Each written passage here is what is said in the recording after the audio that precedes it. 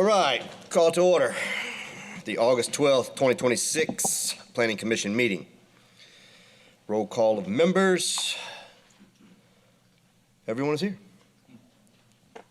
Pledge of Allegiance, Mr. Villa.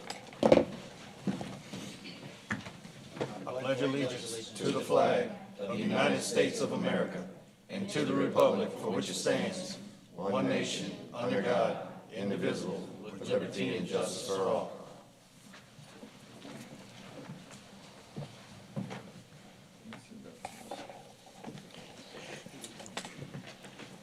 Introduction of staff. Stacy Webb, Recording Secretary for the Planning Commission. Jerry is Gary, IT. Spencer Long, Parish Attorney. Eric Poche, Director of Planning and Development. Sean Chereau, Engineering Review Agency. Lance Brock, Zoning Official. All right. Glad y'all can make it, and thank you. Chairman's comments. I will address item 13A and B. The tabled items for the high-impact development facility will not be heard at this meeting tonight. That is on the wrong meeting. It should be held for the zoning commission, not the planning commission. And so that will be moved into the zoning commission agenda next month and will be up for public comment then. I know many of you want to speak about it, and you will have 3 chances to do so at the zoning commission public hearing, as well as 2 council meetings. So pay attention to the agendas for those 2 meetings over the next couple of weeks. That will be your opportunity to speak on that particular topic. But it will not be heard tonight, so if you're here for 13A and B, you are free to go home or stay and watch us in action.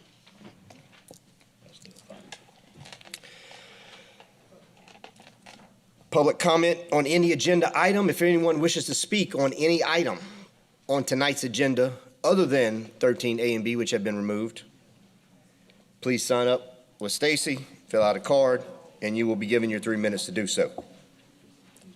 William Guidry. Yeah, they did. Oh, yes.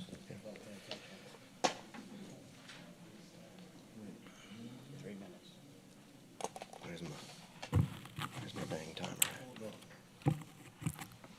timer? This is regarding the minutes in Harvest Field from... Hold on, please introduce yourself. I'm sorry. Name and address. William Guidry, 40380 Cottonfield Avenue, Gonzales, 70737. So regarding Harvest Fields and the approval last week, Commissioners, I would like to briefly follow up on the environmental condition that was adopted at the July 8th meeting. I've reviewed the minutes from that meeting, and I think there is an important question that needs to be answered before this condition is ultimately considered satisfied. The motion that passed approved Harvest Fields with the condition that the environmental and geotechnical studies be, quote, validated prior to any construction being done to ensure that the safety of the land is suitable, end quote. I appreciate that the Commission recognized the need for additional scrutiny, but the condition does not appear to identify who will validate these studies, what studies are required, what the scope of these studies will be, or what criteria will determine whether they are sufficient. We now know that an 811 request was made on July 15th involving Gulf South engineering and testing, but the public does not know what work was requested, what the scope of the work is, where testing will occur, what is being tested for, or whether any results exist yet. I've submitted a public records request seeking those communications and documents. The parish received that request on July 31st, and it remains listed as in progress. I'm not asking the Commission tonight to conclude that the property is contaminated. I'm asking something much simpler. What is the process by which the condition you imposed on July 8th will be determined to have been satisfied? Who will make the determination? What information will they rely upon? And will the Commission have an opportunity to review that information before construction begins? I think the public deserves to know that now rather than after testing is completed. Thank you. Mark Taylor.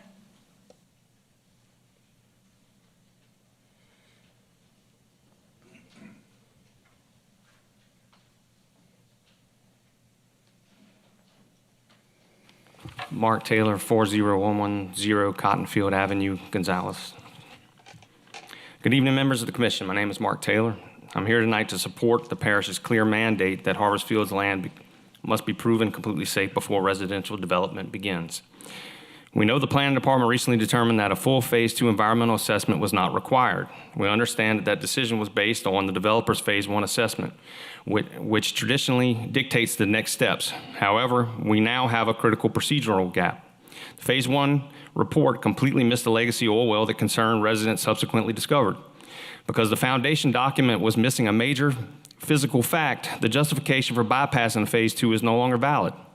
Because the phase 1 failed to identify the well, the parish has wisely requested a localized sampling plan from the developer. However, because the plan has not been made public, the community and this commission cannot verify what is being tested. Without transparency, we do not know where the samples will be taken, whether it be directly from the pit, if it exists, and how deep these borings will go, or if the testing for the specific subsurface chemical migration associated with legacy oil infrastructure. Relying on an unverified, non-public sampling plan to substitute for a standard phase 2 study places the parish in a highly vulnerable position. Under Louisiana Revised Statute 92798.1, municipal immunity is not designed to protect standard, well-informed policy decisions.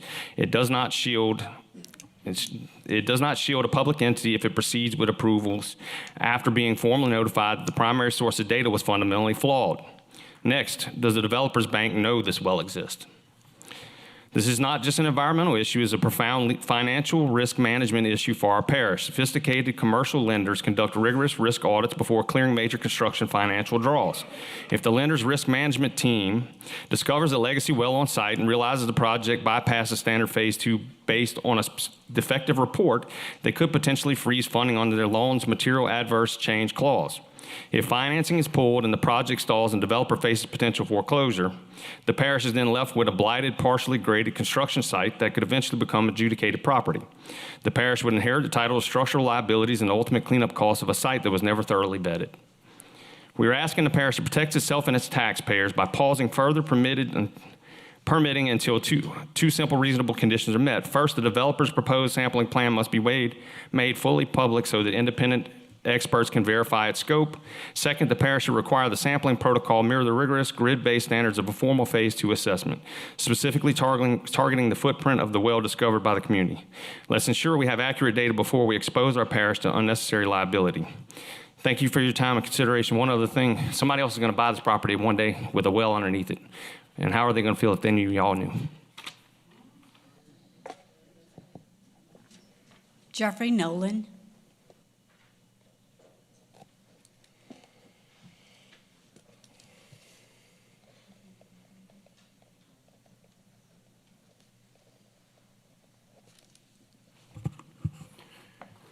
My name's Jeffrey Nolan, 40193 Cottonfield Avenue.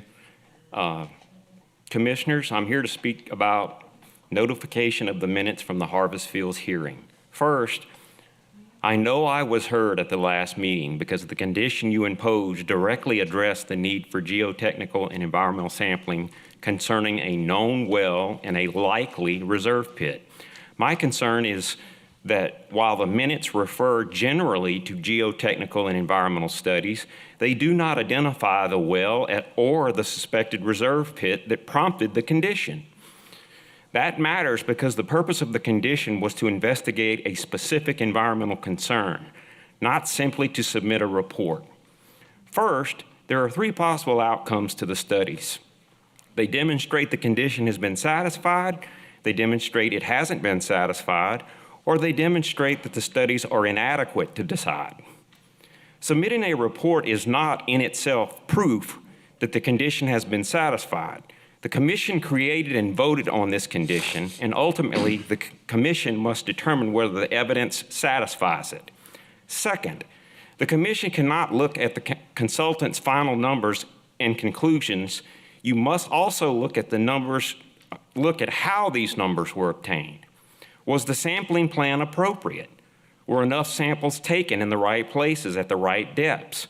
Were proper methods used? In short, is the investigation capable of answering the question the commission was required to answer? There are accepted ASTM procedures that guide subsurface investigations and sampling. The point is not simply whether a report was submitted, but whether the investigation was professionally designed and conducted. Under the ULDC, I understand that the staff, Public Works, and the Engineering Review Office have roles in reviewing this material, but the commission should not consider a sole source when evaluating the report and its methodologies. They can also rely on the consultant, staff, DEQ, independent third-party consultants, experts, and the public. Finally, groundwater sampling is essential. There is a critical reason that I believe could expose the parish to potential litigation if groundwater is not properly addressed. I do not have time to explain these reasons in a 3-minute presentation, but I'll be happy to explain it to you if you'd like to call me or give me more time. Thank you, sir. George Armstrong.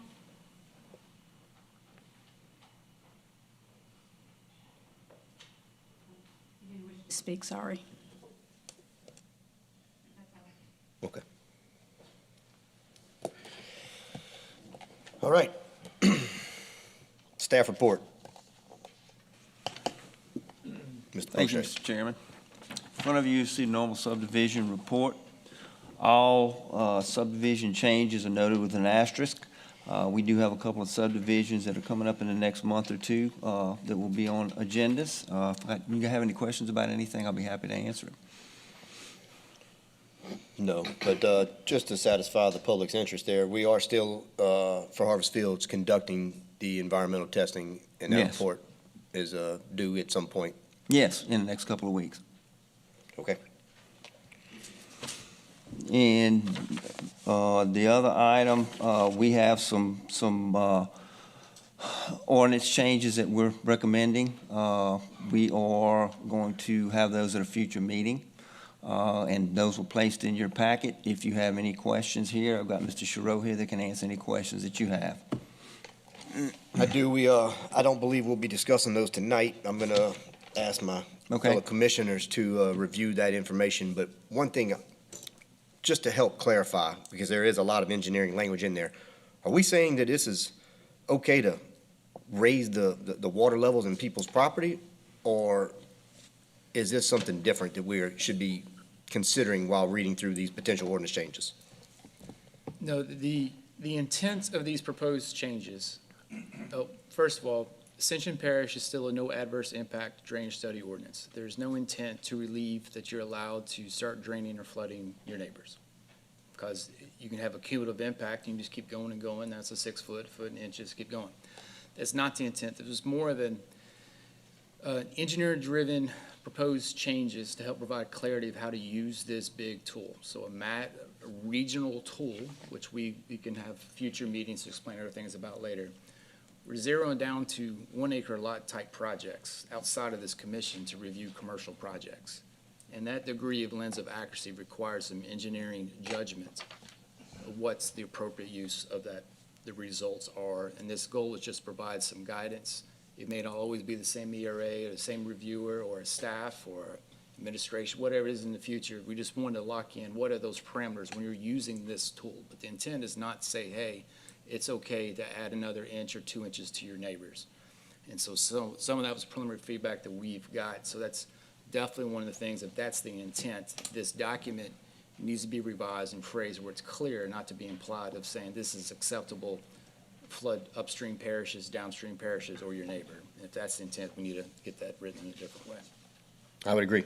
I think this parish and this commission has worked diligently to, especially here on the eve of a major anniversary of a major flood event 8 years ago. Exactly. I don't think our intent is to start allowing flood waters to just creep up into, so I wanted to get that clarity. And commissioners, I will ask that, when reading these ordinance changes, if you do have any questions, by all means, direct it at Mr. Chereau, and we will bring this up for discussion at the next meeting. All right. The last item on my staff report is we've been working over the last several months on a West Bank overlay. We did a West Bank small area master plan in anticipation of the development that's occurring on the West Bank around the Donaldsonville area.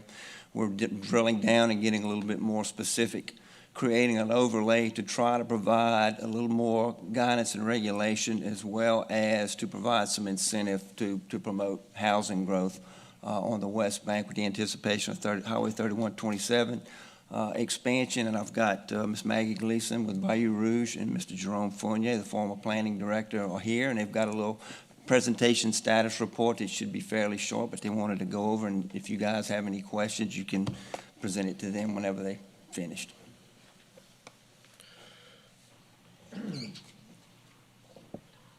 Good evening, Mr. Fournier. Long time no see.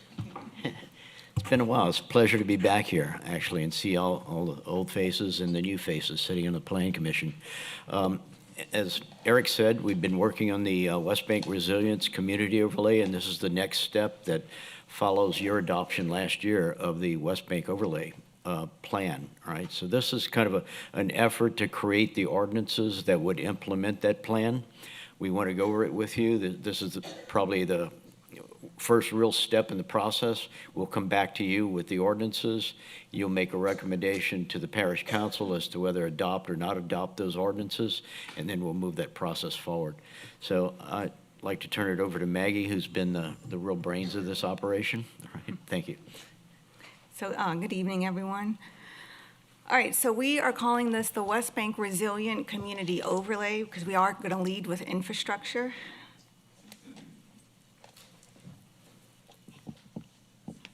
Okay, so the purpose of the overlay, like Jerome touched on, is it's the first step in implementing the West Bank Small Area Plan, which was adopted last year.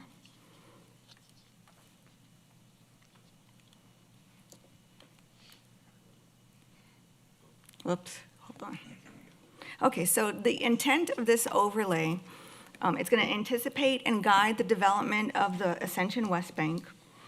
It's going to plan for land uses bordering the extension of Highway 3127. It is going to provide for 2 commercial corridors, and it's going to incentivize homes in certain areas while preserving the rural quality in other areas. And we will also address industrial uses within the overlay, not the industrial overlay, but within the resilient community overlay.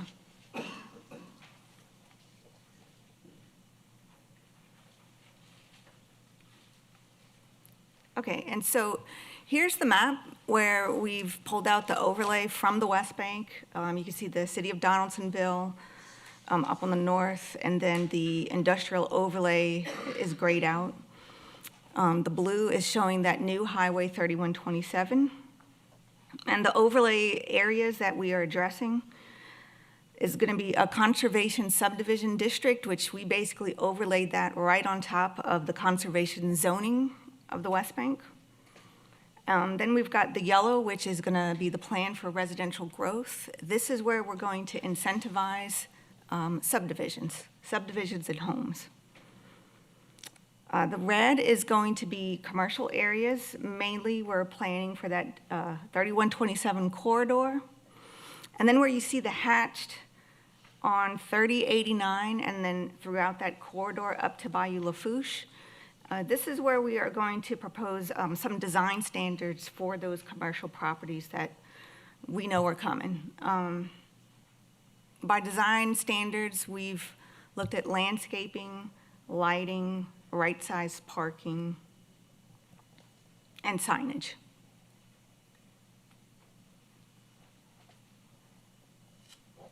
Sorry, y'all, there's a delay on this.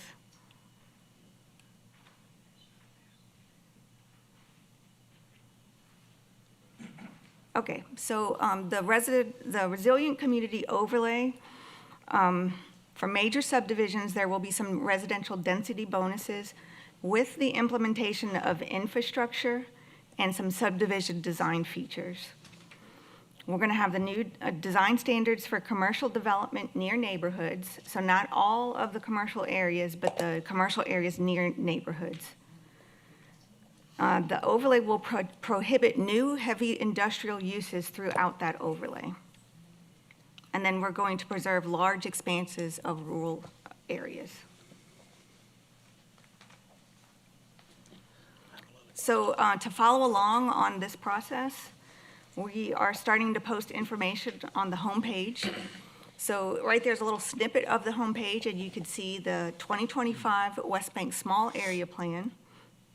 And we're going to start putting up some links directly underneath that plan.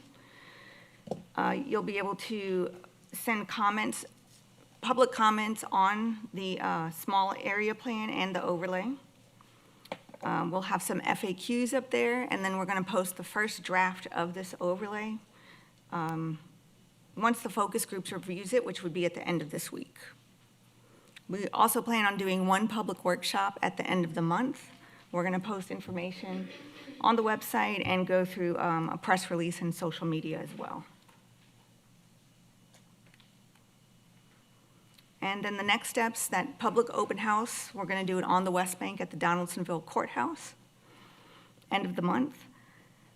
And then it'll come back to this board where you will review and make recommendations if it's going to be adopted by council. And then we're aiming September, October for Parish Council to consider adoption of this overlay. And so if there's any questions or comments, that is the email. So you can send us comments directly. That's westbankplan@apgov.us. And then this is the planning team. We have Ascension Parish staff who we've been working very close with, Eric and his team, Bayou Rouge Environmental and Planning, and then Jerome Planning Consultants. So was there any questions? Yes, we will. You did mention parking. There's a lot of farm equipment, farm trucks. I would recommend 10-foot parking stalls on there. I don't like getting my doors dinged up in my truck, so that would be helpful for me. When did you say the public open house date was?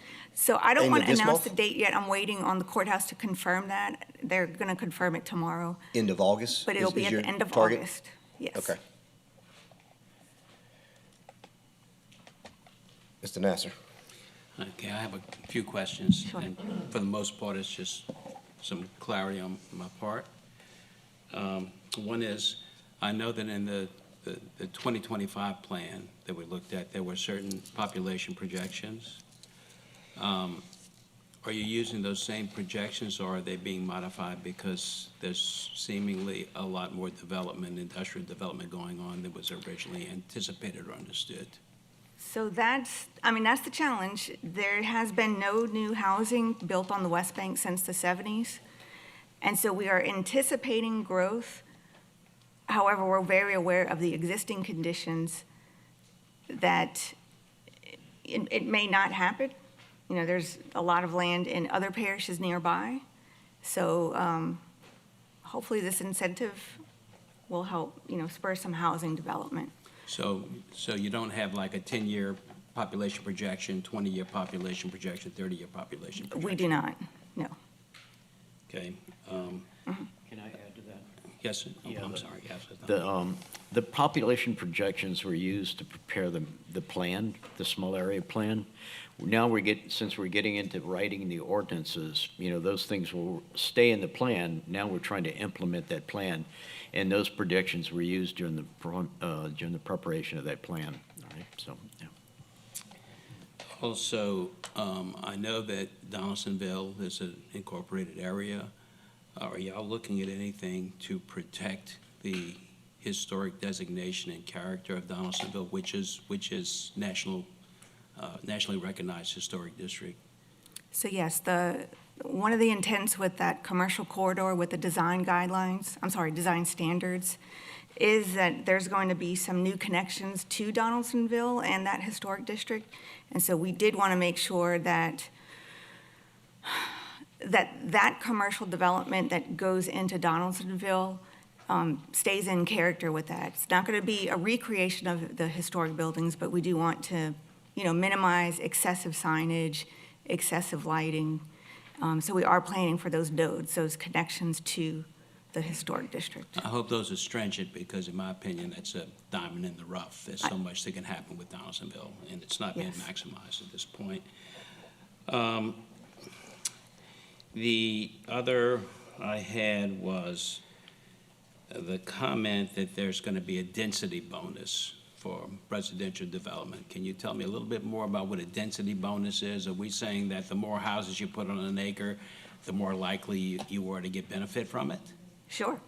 So we are providing density bonuses, but with developer agreements on installing infrastructure, and also better subdivision design. Essentially, what we've done is taking some of the design elements out of the PUD and the TNDs, and we're applying it to, just a subdivision that wants to build on the West Bank. So yes, and we've tiered the incentives.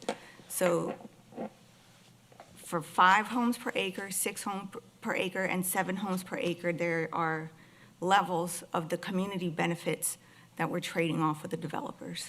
So at 5, 6, or 7 units per acre, how does that reflect back to our existing UD zoning? So I the know, but I wanna existing get that zoning, on there's record. I'm sorry, I'm just responding to Mr. sorry. Shakespeare. So existing zoning, there is a bit of a gap. So if you just wanted to do a straight subdivision of medium residential, you're pretty much capped at 3 homes per acre. The surrounding areas, we did look, regionally, and we looked at Donaldsonville as well. There's zoning districts that go up to 7 units per acre for single family. And so we did try to match that with, and I want to be very clear, with some community benefits as the trade-offs. So as a professional planner, which I know you are, and I have a lot of respect for you, we know each other well professionally. 7 units, which is more than double what our existing allowance is, I just want to say, it seems a little extreme to me. So I just want to say that to you and to the public. 7 units is pretty extreme. If you look at the bonuses that are being asked for, I should add, it's strictly voluntary. They can agree to participate or not participate. And if they agree not to participate, they're subject to the underlying zoning within that area. So with the 6, 7, 5 density per acre, I understand that incentivizes the development. Yep. But what's the benefit to the residents, to the community, to the people that are already there? Yeah. Well, it would be additional open space, parks, things of this sort that we're going to say that if you want to provide those amenities during the subdivision, we'll give you a bonus. If you don't want to, if you feel it doesn't pencil out, you're more than able to use the underlying zoning to create your subdivision. Okay. So without saying where I really stand on this, I think you understand where I really stand on this. Or you could still do the PUD option. Yeah.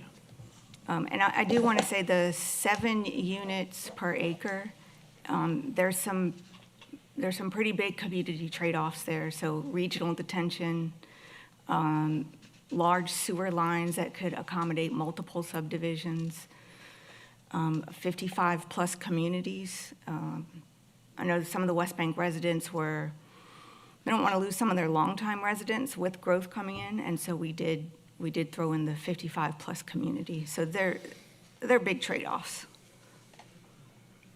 So, Mr. Shakespeare. Good to see you, Ms. Maggie. I'm glad to see that we're getting this moved forward. I've actually been participating with this group for the past about 6 months, working on getting the small overlay map together. There's always a lot of things that we've heard about, specifically on the east side of the parish, in dealing with density, and we have pretty much given a hard line on this is the density that we have accepted, and we don't want to go any further. What we had with the group, and I just want to kind of give the public a little bit of notice about this, and the commission, what we had with the group was a lot of members who participated in this group did say that they were willing and sought after a little bit higher density. So this was not just randomly tossed in. We had very valued members of that committee who requested, hey, we want higher density to a level. I think Mr. Nasser, I completely agree with. And that's they were from Donaldsonville. And so there were extremes. I agree with him. That's too much, but there were some suggestions on where to tailor these things. But overall, I think that we have a very good plan. This is not finalized, and we have more public input that needs to happen. And so I'm looking forward to seeing this put in action. Yeah, no, I do want to reiterate that it is the first draft of this. It'll be posted on the website, hopefully tomorrow or Friday, and people can start to look at this. And if we need to back off of density and back off of the community benefits, it's in draft form, so we can do that. Anything else? No, thank you. How do you address, I wouldn't even call it aging, I would say an aged utility structure and infrastructure outside of the 3127 corridor over there to handle an explosion like that? Well, Commissioner, you know, this is where we drew that line with the new road coming in. That's basically agricultural land. You know, there's nothing out there. So infrastructure is going to have to be placed out there in some way, shape, or form. We're just giving the ability for people and giving the impetus for them to come out and develop on the West Bank, you know, provide the housing that's going to be needed for all the industrial development that's occurring there now. You know, so in terms of infrastructure, we're looking at extending certain sewer lines. The city of Donaldsonville has agreed that they will provide sewer to the development on the West Bank. They just need a collection system, and we're working on means of getting that, you know, to happen, all right, at this point in time. Still in the draft stage, as Maggie said. It's very difficult to tie into a 100-year-old 8-inch clay line. Very true, very true. Mm-hmm. Okay. Mr. Nasser? I have another question, going back to density. So when you say a potential density of up to 7 units per acre, are you considering a minimum lot size? Or are you just saying if you can fit 7 units on an acre, you can configure that acre any way you want? So the density bonus, the lot layouts are still going to follow the land development code. And I don't believe there is a zoning category for 7 units per acre. We can look at the mixed use where it is 8 to 20 units per acre. But these densities are basically to fill that gap between residential, medium residential of 3 units per acre, and then the big jump to 8 units per acre, 8 to 20 units per acre for mixed use. Right, but are you proposing a minimum lot size besides 7 units crammed on an acre? So we have some setbacks. We didn't outline the entire lot size. Other than on the conservation subdivision, we did do a minimum lot size. Good? Good. I think we certainly look forward to seeing that plan sooner rather than later. Thank you for the presentation. Thank you. Thank you. Mr. Chairman, I think there was a lady that had a card that she wanted to speak on this. Stacy, do you have a card for someone that wanted to speak on 7? I think she had 6C, but 7C. No, she had 7, and it's not a public hearing. Oh, okay. I see what you're saying. She can talk during the public comment period. Which you already had.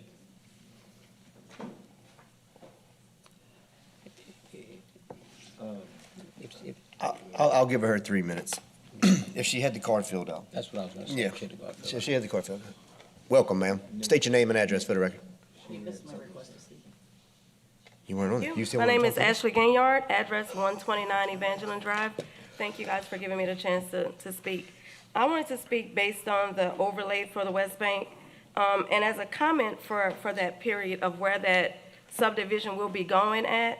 That is not an area where no one lives at. That is tying into 3127, which also ties into Evangeline Drive where I live at.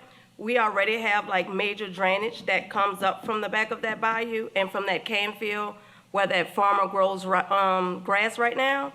So it does butts in from agriculture until where they're now growing grass. That is also where the road will run through to meet that bypass that will bypass Donaldsonville. With my understanding of being that there's no one that live in that area, I think residential community in Donaldsonville will be great. We're looking for expansion of something inside industrial growth. But what I don't want to happen is you put 7 houses on an acre and everyone who have decent properties, their values will decline. And to come up to the podium and say, you know, whether we agree to it or not, it's almost like we keep hearing the same thing. Y'all take what we give y'all or you don't take nothing. I think before decisions are made and this one public comment period based on this, I have been a part of what was going on. I may not be at every meeting, but I do understand. A lot of these the overlays keep coming back to you guys for 20 years. There should not be 20 years worth of maps designed for West Ascension Parish. I say there's a lot of money getting put out on designing maps, and yes, West Ascension is still in the same condition. Yes, we want to grow. We are all for growth, whether it's for industrial, business, or whatever, but we're not for displacing our people. We don't want to be oversized like East Ascension. We want drainage. We want road, and we don't want our houses built on top of one another.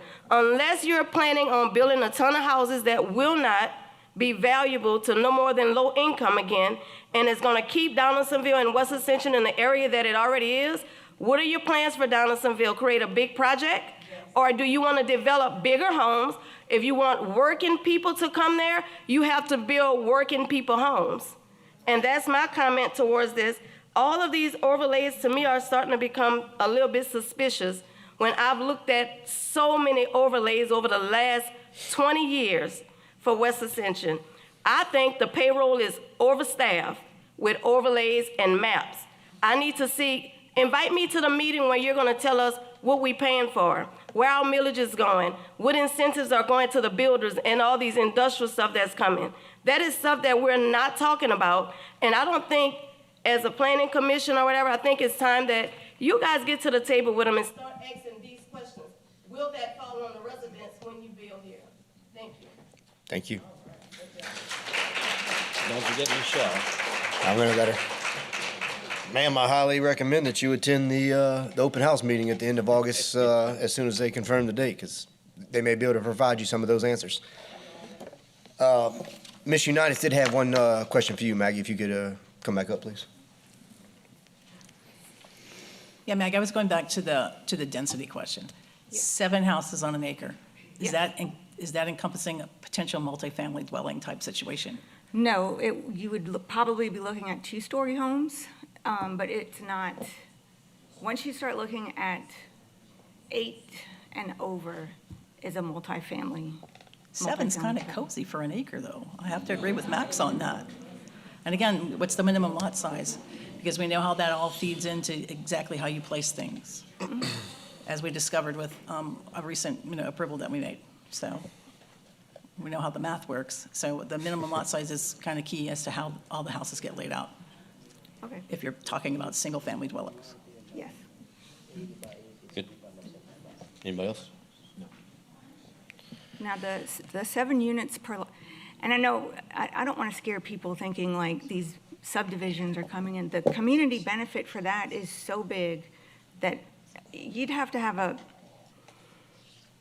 special developer to come in to do that. I mean, a regional detention, all of the subdivision designs that we're proposing, no one's going to start building 7 units per acre everywhere over the West Bank. And if y'all remember the map, in that yellow area, that's where we have opened it. And then there's the conservation area in green, where, I'm thinking that's still going to be the largest 8 homes.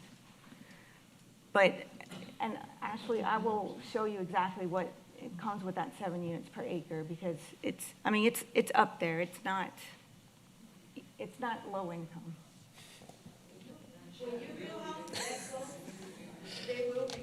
All right. We're going to stay on topic here. One more question. So Maggie, and I, not to belabor the point, but I am. If you were to divide an acre into 7 lots, if you could, even numbers, basically you'd have all 75 to 80 feet by 75 to 80 feet. So- And you're not even gonna have lots that big, because within that, you have to have Setbacks. roadways, setbacks, and all that. So that's why I'm asking about a minimum lot size.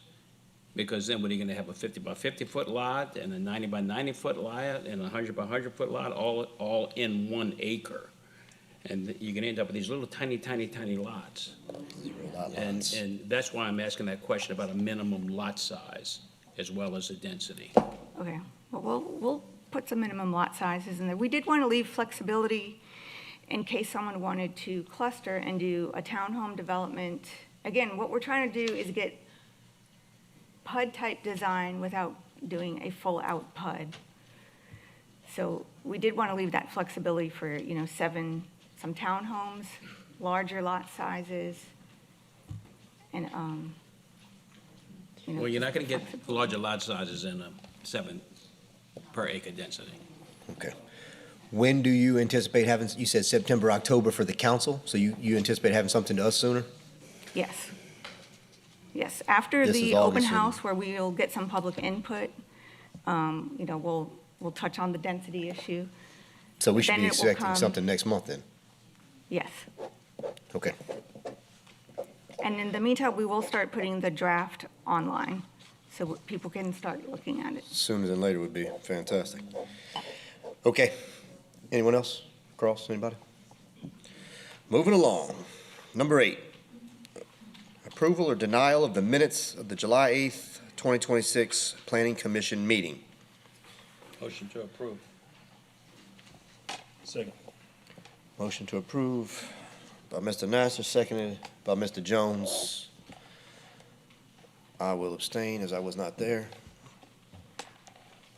Oh, neither was Mr. Jones. I was there. Oh, you were? Yeah. Oh, that's right. But you can't, you abstained from it. And they just abstained on that one item. You can, yeah, you can vote. See, I okay. take it back, sorry. All right, let's vote.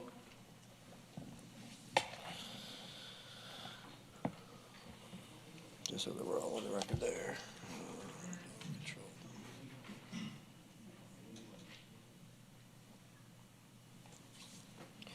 All right, minutes passed. Consent agenda, affidavit of mortgage declaration, John and Linda Lehman, Lot 31A, 18439 Bell Alliance Road, Prairieville, Louisiana.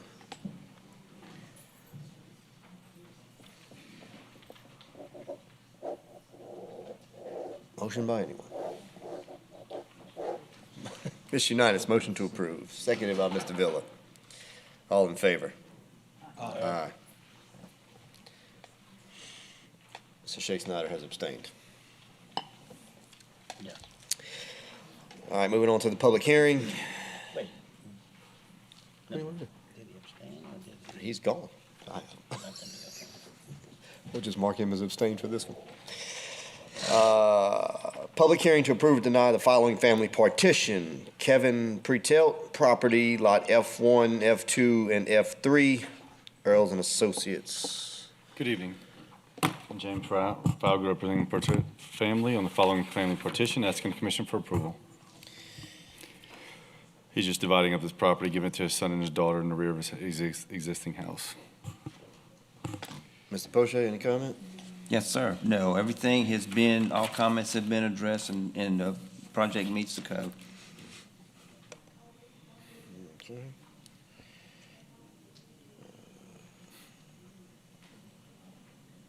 Commissioners, any questions, motions?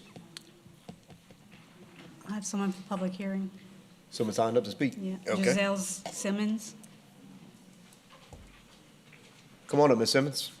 Hello, how are you? I'm well. Yourself? Yes, very good. Lovely for you to join us. We appreciate it. Please state your name and address for the record. You have 3 minutes My to speak. name is Giselle Simmons. My property is adjacent to his at 41069 Merritt Evans Road. With a 6-foot hurricane fence that, around my perimeter.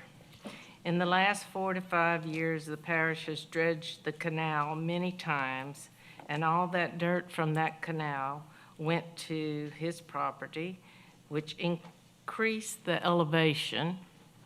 And that's why I'm here, because I'm concerned about the flooding that I may have. What will that do to my property? I've never flooded before. And I'd like to know, if possible, the elevation of his property now and how much it will change when it is developed.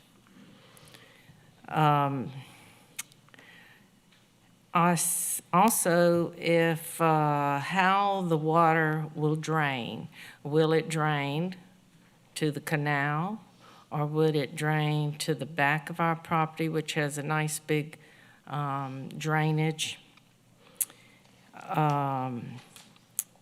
So that's what I'm concerned about right now. That it? That's it? Okay. Anyone else signed up to speak? We'll answer your questions. Pardon? That's it? No, we'll answer your questions. Mr. Falcon. So she's saying the parish cleaned out that ditch? It's a parish-maintained ditch, so there's an And they existing dumped drainage servitude across it. Okay. Yeah. He said there's a ditch in the rear of the property back, actually right behind our property, and they said everything eventually drains to the canal. It's a natural flow that way. To the east? Yes. Away from her? Yes. It gets higher as you go west. Okay. Mr. Poche, just to put her mind at ease, any development on there will have to adhere to drainage codes and building. Yes, I mean, any You field can't drain placed your on the water onto property, someone else's anything like property. that will have to come through us, yes. Yes, sir. All right. Commissioners, any other questions? Motions, Make a comments? motion to approve. Motion to approve by Mr. Nasser, seconded by Mr. Villa. All in favor? Thank you. Use the machine. Why does my machine never work, Darius? Somebody's missing. All right, our motion approves. Passes. Number 11, public hearing to approve or deny the following preliminary plats: Arrowhead Industrial Park, Westwood PS CSRS. Is this on? Is this working? There we go. Okay. Yep. Good afternoon, Zach Schmidt, 855 United Plaza Boulevard, here on behalf of the owner, Harvest Companies. You may remember we were here a few months ago and received approval on the original filing for this preliminary plat. As a part of that approval, there were some conditions to install left and right turn lanes onto Highway 30. Following that decision, we have since revised the layout and reduced the density of the development and have resubmitted that to the parish for review. So the first submittal that we made was a multi-phase industrial subdivision that had around 22 lots. We have now reduced that to a single-phase 12-lot industrial subdivision. The traffic study was reanalyzed, and at this point, there are no required turn lanes on Nicholson based off the new layout. This was also submitted and reviewed by DOTD, and they concurred with the findings as well. So we're here today to ask for your approval of the new preliminary plat.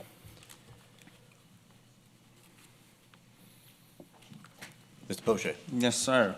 Yes, as Zach said, they have reduced the footprint, recalculated to a more realistic immediate number, I guess you could say. The traffic study was reworked by Ms. Rebecca Murray at Gresham Smith, and the drainage, it was done by Fort and Tablada originally as far as the review. Not much change as far as that, still the overall drainage. So that is not really changing any. They are both here to speak, but all of the plat comments have been met. The drainage study was relooked at to verify that there were no changes, as well as the ODA. And the traffic study was also redone, reviewed, We have comments from both the consultant, traffic consultant, and Mr. Skylar Wasso contributed to that, who was in our transportation department. So if there are any specific questions about either of those things, those ladies are here to answer any questions you might have. Okay. Well, I certainly believe we're gonna bring them both up. Let's do traffic first. Can we not, get the full scope first? Rebecca Murray with Gresham Smith. I'll consider her part of the application, probably, presentation. Go ahead. Do you have any question? Yeah, so with the reduction in the lot sizes, with the anticipated square footage of the development, there's no mitigation that's needed. We analyzed the site driveway as well as the nearby signal at 73. So we went from 22 lots down to 12, and originally needed 2 turn lanes. We cut it in half, and we now need 0 turn lanes. That's correct. When you cut 2 down by half, that goes to 1, in my opinion. But Yeah, it's under, me and DOTD have different math calculations, I guess. Okay, it's go all ahead. based on the speed of the roadway and the number of trips that are generated. And so I think the developers has agreed to, if they add in the future, that future study has to be performed. But it's 40 trips into the development in the peak hour, and that doesn't trip any turn lanes. 40 total in and out, so. Okay. Ms. Tablata, Fortin Tablata. Yes.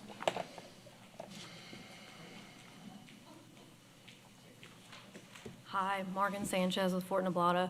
So like they said, they went down, so all the modifications to drainage were minor. And just to make it work again, they didn't really make major changes. They just didn't they didn't need such a big pond, and they just kind of reworked everything to their new layout. So Can you give us a brief summary of what the new drainage requirements, mitigation requirements are? The drainage requirements were always the same. There was no change in that. They still had to meet all of y'all's ordinances and y'all's reduction. Okay. Thank you. Ms. Stacy, has anyone signed up to speak? Someone signed for the card, not in support, but she doesn't wish to speak. Miss Adrian A. I can't say the last name. That's it. All right, we'll close the public comment. Mr. Nasser. Ms. Rebecca, I just want to get a piece of clarification. Yes. Okay, so I understand that the project's been downsized a little bit, the OTD study, there's nothing required, but then you made a mention about a future phase. And so if there is a future phase that moves forward, will an additional traffic study and DOTD approval be required for that? Or are we approving it now and then they can just go ahead and expand later without another traffic study? I can answer that. Basically, DOTD still has the original study. It's all based on number of trips, speed of the roadway. Any future, because what we are going to do is, just like we did with Ascension Commerce when DOTD required them to do a left turn lane on Highway 73 into the development. I keep a spreadsheet, or my staff keeps a spreadsheet. Anytime a building permit is pulled, that square footage of that building is put into that spreadsheet, and when they reach a certain threshold, they will be required to do additional studies. If they ever come back to add any more lots, another filing, a phase or something like that, they will have to come back to the Planning Commission. And like I said, DOTD has their study, so they're gonna be held to the square footage that was in the original. I just want to be sure we're not doing 12 and 12 and 12 and 12 or whatever, and never having to do another traffic study. That's No, all. they most certainly will. Okay, that's it. That's all I have. Mr. Shake Snyder. This is just too new. We put a restriction that you needed to do the infrastructure. Y'all didn't want to do it at the beginning. Mr. Nasser put that very good restriction on it, and you don't like it, so you come into us with something less so y'all don't have to put it. So as far as I'm concerned, this doesn't pass the smell test on this. I'm very disappointed to see this coming back like that, so. That's up to the chairman, but I can tell you, I don't like the way this comes across at all. So that's my comment. I'm just gonna stick to that. Okay. Hold on. Are they asking for any waivers in this? Last time we gave them the The rear waiver for the waiver alley, and the alley requirement, and to use asphalt in lieu of concrete, because the code requires concrete, but our maintenance and transportation department would rather have asphalt. So they're still requesting both of those? Both of the same waivers, yes. Still requesting 2 waivers, okay. Any other commissioners' questions? Cross? Mr. Marchand? So this is kind of more towards Mr. Poche. So I know you were saying the parish prefers asphalt. So from what I'm familiar with obviously this is going to be industrial traffic, heavier trucks, all that kind of stuff. From what I've seen in my experience and the sites where we're developing and working and heavy trucks are bringing in dirt and all that, asphalt doesn't hold up as well. And I found from what I've seen, the concrete squares, normally it's concrete squares. I don't know what the design is going to be for this road specifically, but I would figure that that would be easier to maintain than asphalt, having to mill it and then patch it and then it just hold up. The problem with, they've got a section, and it's probably gonna be, I think it's probably gonna be 8 to 10 inches of asphalt over 12 to 14 inches of base. Okay, so it's gonna be. The problem with the concrete is that we've got to subcontract it out. We don't have the crews to do concrete maintenance, especially due to the fact that there are so few of them that we maintain. You know what I mean? If all we had were concrete streets, and all of our crews would be adept at doing, repairs to concrete and all that. So the section is most certainly beefed up. It's the same section that we use on Ascension Commerce. It's the same section that we used off of the end of Industrialplex at Magnolia Ridge that got final plat 2 or 3 months ago. Ascension Commerce gets tons of traffic on it, and that road looks almost as good as it did the day that it was put in. That's probably been about 4 years now, 4 to 5 years now. So our construction specifications, we have beefed up sections, and the roads that we're doing now hold up a ton better than the roads that were done 20, 30 years ago. Excellent. That addresses my main concern. Thank you. Well, if we want all concrete, no more waivers, we got to start somewhere, huh? Commissioners, any other questions? All right, Mr. Applicant, I will allow your rebuttal and answer to the questions. To Mr. Schexnayder, yep, fully understand where you're coming from. I think part of our proposal today is consistent with the UDC. Within the UDC, it does allow us to reduce density as a way to mitigate the traffic requirements, and so that is what we are hoping to do today. Yeah, thank you for your time, and for reconsidering our request. Just for some context, though, the waivers, I don't believe we requested the waivers. I think our plan was to do concrete. I believe maintenance came back and said that asphalt is easier to maintain. So we're happy to do concrete. Our other 2 industrial parks that we've done, Talon and Copperhead, are all concrete, and we're really happy with those product types. The the alleys? I'm not sure that those are relevant in this situation because of the size of our lots. Typically, alleys are for smaller subdivisions. Yeah, that's correct. With no on-street parking. We don't have on-street parking because we provide parking on each individual lot. The initial application that came in, we tried to do the entire project with a phased-in turn lane approach according to Ascension Parish ordinance, which required a right turn lane at 200,000 feet and a left turn lane at 350, 330, something along those lines. Something along those lines. And so at this meeting, it was required that we do both of those up front. Both of those up front are probably a 3-year delay and probably a $2 to $3 million change in scope before we even know what our true traffic counts are going to be. This project could be predominantly laydown yard, and there's never going to be enough traffic counts to convince DOTD to allow us to put a turn lane on their state highway. So there's a lot of things that are being balanced, but we've met all the ordinance requirements, both city or parish, state, and fed. And I think that those turn lanes coming, being added to the front end were add-ons that were done here that were not required in the ordinance. The ordinance said at 200,000 feet, you got to do it.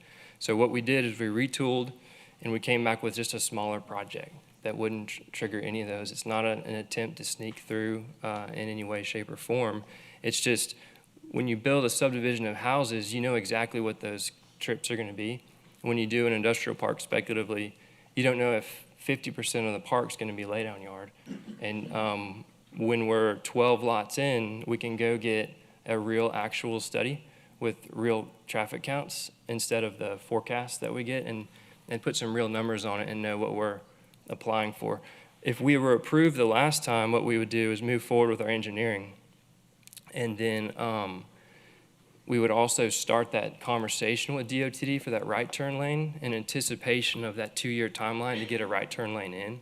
But we could at least get started and do a few buildings and build that right turn lane out of revenue instead of just upfront with the project at hold.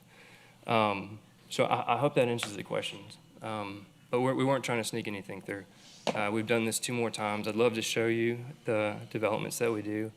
I think there's probably 30, 35 buildings in those 2. We build products to last, 50, 60, 70 years and provide a lot of jobs for individuals in Ascension. So we're really, really proud of that. And this is the next phase of that. So thank you for your time. I think I would rather see the left turn lane. You're coming, it's still a 2-lane highway right there coming into the intersection at 73. And I mean, I drive that area pretty regular. There is definitely traffic there. I'd like to make a motion to approve. All right, let me, so are we now disregarding the waivers? I'm making There- a motion to approve as they've applied. Yeah, as they request, they're still requesting the waivers. Their waivers are still in this, in there. One is at the bequest of the parish, and the other is because of the type of development it is. Okay. I second that. Motion by Mr. Nasser, seconded by Mr. Villa to approve as it is in the You can application. amend it to delete the waivers or whatever you want to do. It doesn't matter. Cast your votes.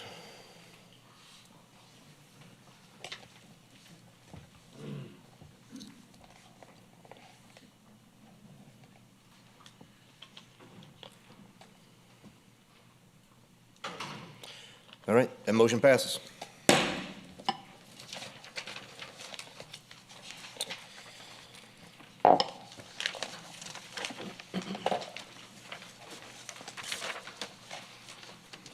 Item 12, Bylaws Committee, discussion of proposed changes to Ascension Parish Planning and Zoning Commission bylaws.